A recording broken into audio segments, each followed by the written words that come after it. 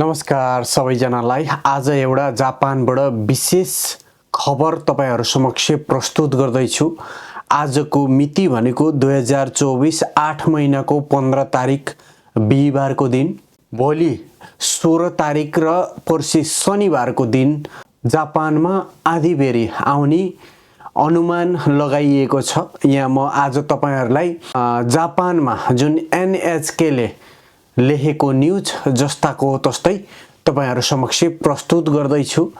शक्तिशाली typhoon number 7 उत्तरतर्फ गएको छ र यो भोलि 16 गते र शनिबार 17 गतेसम्म कान्तो र तोहोकु क्षेत्रमा पुग्ने जोखिम छ।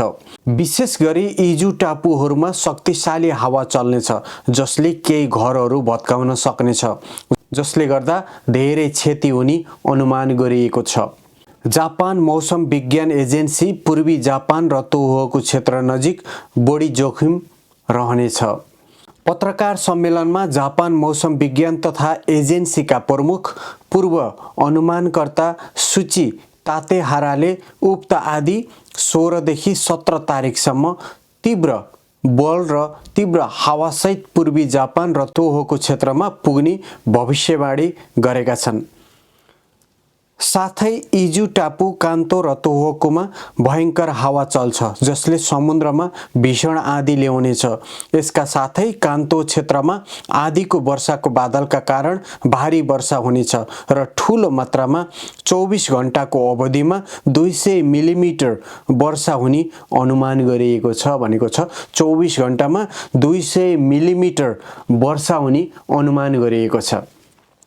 म यो तपाईहरुलाई जानकारी गराउँदै छु। जापानमा भूकम्प र आँधीबेहरी धेरै नै आएको हुन्छ। यसरी तपाईले भूकम्प जानी देश भनेर पनि जापानलाई चिन्नु भएको छ होला। अहिले भोलिको दिन जुन 16 तारिक र पर्सि 17 तारिक आँधीबेहरी आउने भनेर जापानका सञ्चार माध्यमहरुले जनाएका छन्। म तपाईहरुलाई यहाँ स्क्रिनमा पनि देखाएको छु।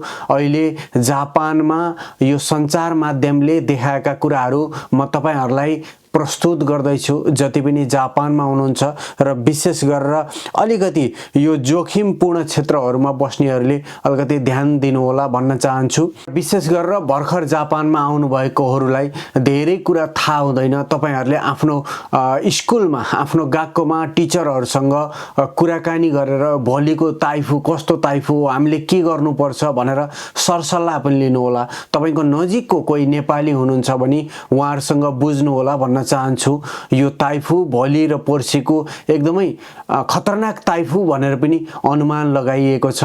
अब भोलिको टाइफुको लागि तपाईले आजको दिन, आज 15 तारिकको दिनमा तपाईले यदि रेस्टुरेन्ट गर्नु भएको छ, कुनै तपाईको कम्पनीहरु छ र बाहिरपट्टि सामानहरु राख्नु भएको छ भने पनि त्यो सामानहरु राम्रोसँग भित्र थन्काउनु होला, भित्र राख्नु होला। म आग्रह गर्दछु जापानमा धेरै रेस्टुरेन्टहरु, पसलहरुमा जति पनि बाहिर राखेका सामानहरु हुन्छन्, आज उनीहरुले सम्पूर्ण सामानहरु भित्र राखेका हुन्छन्। भोलि टाइफु कुन हिसाबमा कसरी आउँछ कसलाई पनि थाहा छैन, तर पूर्व अनुमान गरे अनुसारबाट भोलिको टाइफु जापानमा टाइफु आउने अनुमान लगाइएको छ।